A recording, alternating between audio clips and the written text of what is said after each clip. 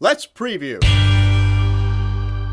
Liverpool come up against Southampton in the Cup after probably we're in our worst run of form that we are in at the moment, and Southampton have literally just come off beating Leicester 3-0 as well. So things aren't looking too great, I'll be honest with you, and I will be absolutely straight up honest with you in this video as well about how I think things are going to go. If we play anywhere near how we played against Swansea, there's no way that we're overturning this one and we'll be out of this cup competition. There's no two ways about it. If we play anything like that, it will be unreal. I don't care. You take where Swansea were in the league, and yes, they've just got a new manager, and they'll be getting an injection of enthusiasm and everything like that from having a new manager in there, new systems, maybe new ways of training and everything like that. Doesn't matter to me. I don't care. Because then you look where Southampton are in the league and how handily they can deal with some opponents as well. They're going to cause problems for us, I guarantee it. They won the last leg 1-0. We've got to try and overturn that one at home, where we've just been beaten for the first time in over a year. It's not looking great, I've got to be honest with you, and I will be honest with you, I don't know if we will. We need to turn this deficit over, and we need to make sure that we stay in the cup. It's important for us to do that, to have good cup run and do quite well. And we've maybe got a chance of bringing some silverware in at the end of this season. My thoughts on it are, I'm not sure. I don't know if we can do it, and that's quite worrying. Only because, like, yes, we're at home, and you'd think we'd have the home advantage, but we've just been beaten at home for the first time in over a year.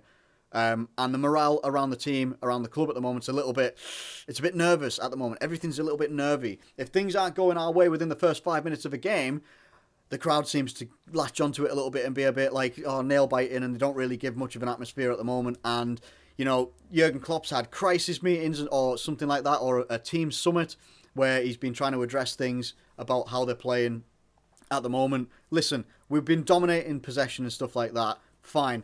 Okay, that's cool. We're creating chances. Again, cool. But we're not clinical right now. We've lost our clinical nature that we had at the start of the season. It's probably a good thing that we were so clinical at the start of the season, had some very, very good runs in the Premier League as well, that we've got ourselves in such a good position in the Premier League that we've lost a game, we've drawn a couple here and there as well, and we're still in the top four, just.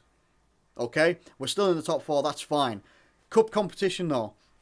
Like, can we get ourselves to Wembley? I'm not sure. It depends, again, on various factors. Who's actually going to be playing in the game? Coutinho's apparently sat out training. Was a news flash that came up on Sky Sports. So, Coutinho sat out training, most likely won't be playing. Who else is going to get taken out ahead of the weekend game? And I'm not sure who we're playing. I'm going to try and check that out now, though. We are playing Wolves at the weekend. So Saturday 28th, we're playing Wolves, and I don't know who's going to be playing. Are we going to? It's going to be difficult. Let's just put it that way. It is going to be difficult. Southampton are a difficult proposition to come up against as it is. I don't know how to call it, because Southampton are being pretty much, like, in some of their games, they're being clinical, where we're not at the moment. We seem to... The Swansea game was a little bit worrying for a couple of reasons. It just looked like we were creatively inept. We didn't seem to have a plan B or a plan C or anything like that. Our plan A didn't seem good enough at the time. Putting Lallana into the front three, and this has been said by other media outlets. I'm not saying anything that's brand new here. Putting Lallana into the front three took away the creativity. Emre Can needs to be took out of that team for now, for a little bit, because he's not performing very well. He's got the ability to, for damn sure, but right now it's not happening. I don't really know what the answer is. If you're going to leave Coutinho out as well, who are we going to bring in? What type of system are we going to play? Are we actually going to start with a striker, like a recognised striker, instead of maybe the false nine that Firmino plays? Again, I'm not sure. It's all just conjecture, and it's all just thinking, what are we going to do? I'm not entirely sure. My personal point of view would be, I want Matip back in that squad. I want him back in that squad. We need that control at the back. Who do you take out? Lovren, in my opinion. I think Lovren can have some very, very good games, and he can look like a world-class defender. And at other times, he can look so bad. He can look like when we first bought him, and he just wasn't cutting it at all. I want Matip in there, and maybe, well, it depends as well, because Klavan can sometimes have a clanger. It's one of those. Now, in a cup game like this, do you bring in Joe Gomez, who has been wanting to play a centre-back position instead of left-back for a long time? Do you put Gomez and Matip in together? I don't know. It's an option. And I can well imagine that Gomez will be chomping at the bit to do very well. He'll be hungry to do very well. And then against an experienced, alongside an experienced defender like Matip, who is so cool, so calm and collected. That could be a good shout. And that might be the way that I go with my prediction right now, is that I would love to see Gomez and Matip. Just give Gomez a chance. He's sat out for long enough, and he's quite clearly wanting some minutes, or at least give him a half and see how he does. It depends what we're going to do with this one. I'm not entirely sure. And some of you might be like, why don't you want to start with your strongest ones? Because right now our strongest defence, or our build strongest defence, isn't performing. It really isn't. Lovren and Klavan have done very well for us. They also have the ability not to do well for us as well. So we do have to watch out for that one. Milner, I think, would be a shoo-in at left back. It depends on, again, the team that he's going to play on Saturday against Wolves. I'm not entirely sure. But Milner or Alberto Moreno. Why not? Alberto Moreno can give you a bit of an outlet. I would much rather prefer see Moreno further up the pitch, because I think that seems to be where he prefers to play as well at the moment. He's just billed as a left back. But maybe Moreno comes in today, Milner comes in at the weekend. I'm not sure. Right back, I wouldn't mind seeing Alexander-Arnold in there. I think Alexander-Arnold could do something pretty good. Midfield, I want to see Henderson back in there. Apparently he's playing through pain at the moment, which is obviously, it's not good to hear that obviously one of your key players is having to play through pain. And how long can that go on for, especially when he's your captain? I'm not entirely sure. Wijnaldum, I want to see Wijnaldum in there as well. I want to see us set up like how we were earlier in the season with Wijnaldum. We had Henderson.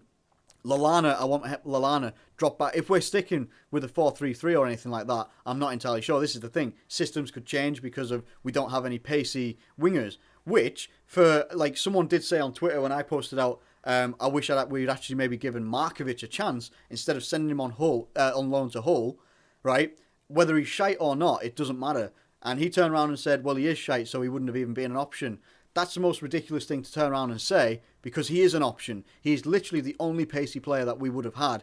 And before he got that red card in the Champions League, which was a ridiculous red card for a little hand flick in the eye or whatever it was, he was doing okay. Since then, he never got a shot again under Brendan Rodgers, and he got sent out on loan. He's never had a chance under Jurgen Klopp. He's still a young player. Let's not forget, I think he's 21 or 22 possibly. I might be wrong, but he's still a young player that could be moulded into something. But I would have loved to have seen him have a shot. Anyway, enough of that. That's my point of view on that one. I would like to see us start with Sturridge, Origi and Firmino if possible. People have been going on if you go on social media, some people really do not like Firmino for some reason. Twitter especially, people twining about Firmino doing this, that and the other, or not doing enough. He put himself about in the Swansea game and he got some good goals. Let's not forget that. He was the one that actually scored the goals, did quite well, chested down one and booted it in the back of the net. Very, very good. Firmino's very good. It just depends what you do and what system you play. For me, in my mind, that's us playing a 4-3-3. You'd have Firmino out wide, which isn't an ideal position for him to be in, Origi up top and Sturridge out on the other wing. Sturridge doesn't like playing there, but if he's wanting game time, that's pretty much where he's going to have to go. And he'll have to float around the front three a little bit, maybe interchange a bit with Origi, interchange a little bit with Firmino as well, possibly. A bit of switching of wings. I don't know. I really don't know. It depends on the system that's going to go ahead. If we start like that, though, and again, he might even then want to put in some younger players. I'm not entirely sure. But that would be the team that I would go forward with. So the team, and goalkeeper, I would put Karius in goal for this one. Mignolet at the weekend. So we'd go with Karius, Milner, Gomez, Matip, Alexander-Arnold, because I don't know whether Kleiner would be playing anyway. Henderson, if he's available. So Henderson, Wijnaldum, Lallana. That middle three. That's how it has to stay. I think that's how you get the best out of Lallana, not in a front three. When Lallana was pushed up front with or into a front three with Brendan Rodgers, it didn't work then, and it's not going to work now. I don't think we're getting the best out of him in the midfield alongside Henderson and whoever else, if it's Emre Can or Wijnaldum. And then the front three for me would be Firmino, Origi, and Sturridge.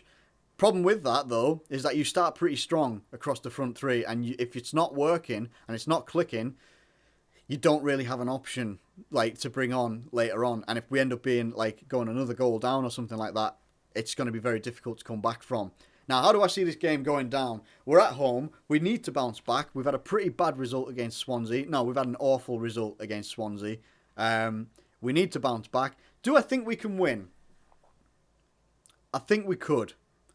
We need to start strong. We need to start fast. I'm not saying that we need to score within the first 5 minutes, because I don't think we could. I don't think we will. Well, we could. We've done it before. But I don't know. I don't think we will. I think we need to make sure that we try and keep possession, but be meaningful with that possession. Play meaningful passes. Think before actually playing the passes, or think before taking a shot and seeing if there's a better opportunity somewhere else. The thing that we've been doing lately is overplaying, okay? And it's things that like teams like Arsenal used to get accused of. Now they're being quite clinical, but it used to get accused of overplaying it, where you'd be passing it from side to side around the box, and then they counter on you and they could get a goal. It's anything like that. And let's not forget, Southampton have Redmond, who is an unbelievable outlet for them to have. They've got some good strike. They've got a good strike force. They've got a solid midfield as well. Romeo is a standout performer for them. And in defence, now even if Van Dijk's not playing, and he is injured, they've still got a pretty solid defence as well, and a goalkeeper in Fraser Forster if he's playing. I can't remember their other goalkeeper if they have one that gets into the first team, but they've got a good goal. They've got good goalkeepers as well. They're very well drilled in defence. It's going to be hard to break them down. It really will be. For me, this could end up being a 1-0, right? And it could go all the way to, whatever it goes to. If it goes to extra time and penalties, whichever, I think it could go all the way, and it's going to be very, very tight. I'm predicting a 1-0 victory, which would draw us, I think. So that obviously they got the 1-0 victory last time out. We could get the 1-0 victory here. And at the end of it, all being well, all being said, we can win it. And I do think we will win it. But I think in 90 minutes, I think it'll be 1-0. I just don't think it's going to be... I think it's going to be quite... they're going to try and start fast, but they're going to end up looking desperate. And I think that's just how I'm feeling, guys. So let me know what you think in the comments. Yes, it's not the most positive. I don't think we're going to smash them or blow them away at all. I think it's going to be a 1-0. It's going to go all the way as far as it can go. And in the end, I think we can come out the winners. But it's not going to be done in 90 minutes, I don't think. So let me know what you think in the comments. Southampton and Liverpool fans, let me know what you think in the comments below. Like the video if you have enjoyed it. Subscribe if you're new around here. Thank you ever so much for watching. And I'll catch you later.